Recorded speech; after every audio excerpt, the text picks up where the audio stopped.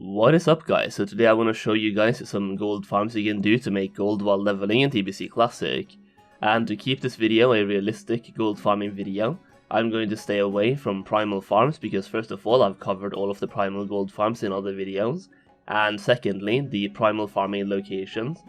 will be so crowded at the launch of TBC both by people leveling and by people that rush to level 70 because literally everyone and their parents want those primals.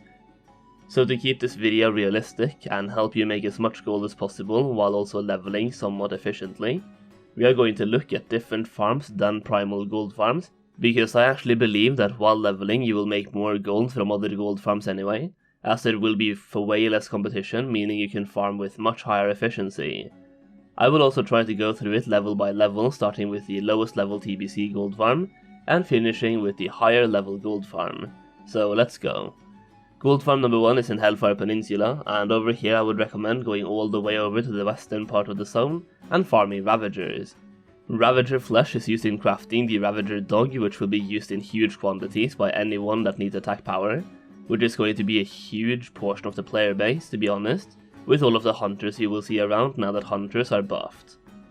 This type of reagent will be needed in huge quantities, and it can only be farmed from Ravagers, and there's only a very limited amount of Ravagers available, meaning the supply of these will be somewhat limited, and you can take advantage of there being less competition for these mobs, while everyone else is busy farming primals.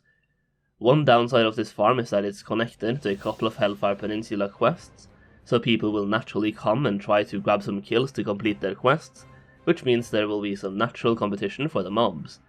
I would also recommend bringing skinning, so as you can skin the mobs for some knothide leather, to increase your gold per hour a little bit. This is a farm you can do already at level 60, but if you're here on a level 58 character, you can probably go here even as a level 58. Farm number 2 is in Sangar Marsh, and over here you will be killing crocolisks or basilisks in the northeastern part of Sangar Marsh. These guys are not connected to any quest that I know of, and while everyone else is busy doing quests and grinding bog lords for primal life, you can take advantage of this farm instead and farm in peace. There's a bunch of basilisks available over here, so you should never run out of mobs, and the main reagent you're looking for is the chunk of basilisk, which is used in crafting the blackened basilisk food, which increases your spell power by 23 and your spirit by 20, and you already know this will be wanted by casters. And once again I would really recommend bringing skinning, as you can get some knothide leather, but also crystal infused leather and fell leather from these bad boys, which will give you some extra gold while farming. This one could be done already at level 60 to be honest, but personally I would wait until 61 or 62 before I go here, and stay here until at least level 63 or even 64. Now I did say I was not going to bring up any primal farms, but I'm going to break that promise already, because this next farm does involve a primal, but the primal is not the main reason for farming it if you ask me, even though it does give a decent chunk of gold. And that is the Fungal Lords or the Bog Lords in Sangar Marsh. In the western part of Sangar Marsh you have two big locations with tons of Fungal Lords that you can farm, and they have an insane loot table, giving you primal life, Bog Lord tendrils,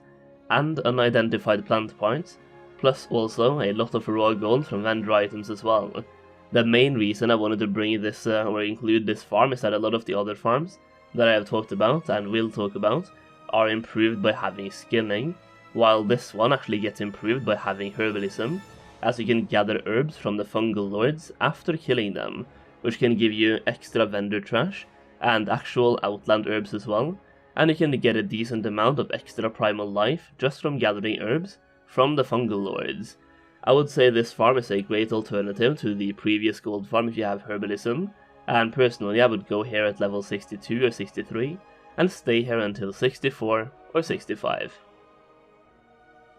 This next farm is pretty much 2-in-1, as you're farming two different mobs, but it's all in one big route. So this route right here is for the Talbuks and Cleft Hoofs in Nagrand, and you are farming these mainly for the Talbuk venison and Cleft Hoof meat. Talbuk venison is used in crafting spicy hot Talbuk,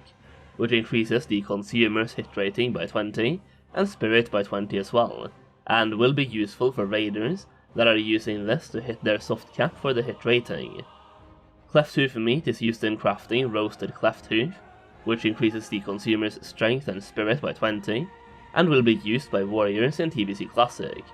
Although there won't be as many warriors in TBC Classic as in Classic WoW, this type of food is still relevant. You will also make a little bit of extra gold from regular vendor gold or vendor trash, and also the Oshigan crystal powder, which you can turn in for reputation, and a little bit of gold as well. All in all, this is a great type of farm because there's always going to be mobs available on this route, and you can even extend the route or farm in different parts of Nagrand as well. The only downside in my opinion is the fact that they are connected to a quest that almost everyone is doing in TBC, and people need to kill 30 of each of these, so that it could be a lot of competition for the mobs, especially in the beginning. Bringing skinning is once again beneficial to your gold per hour, as you will get a lot of knothide leather, as well as thick cleft tooth leather. I would recommend being level 64 or 65 before going here, and staying here until level 67. At level 67 I would go to Blade's Edge Mountains and farm the Scale Wing Serpents in the southeast. These guys drop Serpent Flesh, and there's only 3 different mobs in the entire game that drops these, and that's these guys right here, a couple of elite serpents inside Sethek Halls, and a boss. So this is actually the only farm for this type of material. Serpent Flesh is used in crafting the Crunchy Serpent, which increases your spell damage by 23, and your spirit by 20, which is exactly the same as the Blackened Basilisk, so even if this exact material is kind of a rare, its price should be normalized to roughly the same price as the Chunko Basilisk, which has a couple more farming possibilities. By skinning these you can also get knothide leather and wind scales. Once again you can go here at level 67, maybe 66 as well, so between 66 and 67, and you should stay here until level 68. At level 68 you only have 2 more levels to go, and at this point I would recommend going to Karazhan and starting the attunement quest chain. But in the spirit of this being a gold farming video, I'll show you one more gold farm, and that is the Warp Chasers in the eastern part of Netherstorm. These guys can drop warped flesh, which can be cooked into warp burger, which gives you agility and spirit, and will be wanted by hunters, rogues and feral druids. So if you're looking to farm some gold while leveling, either at the launch of TBC, or on some alt later down the line, there's a couple of gold farms you can do that should give you a decent amount of gold per hour, while also staying away from the most popular primal gold farms that will be highly contested. So hopefully you're able to level somewhat fast-ish with these farms, while also making a lot of gold.